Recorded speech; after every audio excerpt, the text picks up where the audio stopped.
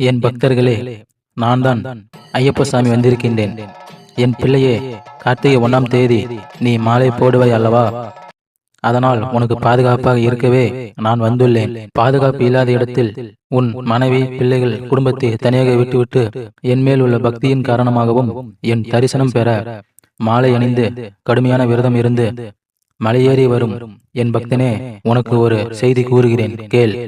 குறித்த தேதியில் நீ பாத பூஜை செய்து தேங்காய் உடைத்துவிட்டு உன் வீட்டை விட்டு சென்ற பிறகு உன் குடும்பத்திற்கும் உன் வீட்டிற்கும் கருப்பு சாமியாக காவல் காப்பேன். அச்சத்துடன் பயணிக்காதே, அச்சங்கோயில் அரசாக இருப்பேன். தயக்கத்துடன் இருக்காதே, தர்மசாஸ்தாவாக நான் இருப்பேன். விரத காலத்தில் ஐம்புலன்களையும் அடக்கு, சொகுசு வாழ்க்கையை ஒடுக்கு, தரையில் உறங்கு, கண் கலங்காதே. கன்னிச்சாமியாக உன்னுடன் நான் வருவேன். வந்துவிடு என் சன்னதிக்கு. வாவராக உன் கூடவே நான் வருவேன்.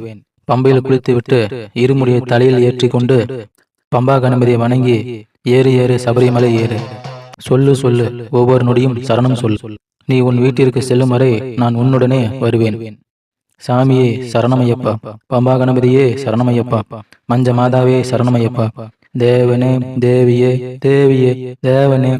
இப்போ போறோம் யாரை காண? சாமியை காண. சாமியை கண்டால் மோட்சம் தீர்க்கும். சாமியே ஐயப்போ ஐயப்போ சாமியே, வில்லாளி வீரனே வீரமணி கண்டனே, சாமியே ஐயப்போ ஐயப்போ சாமியே.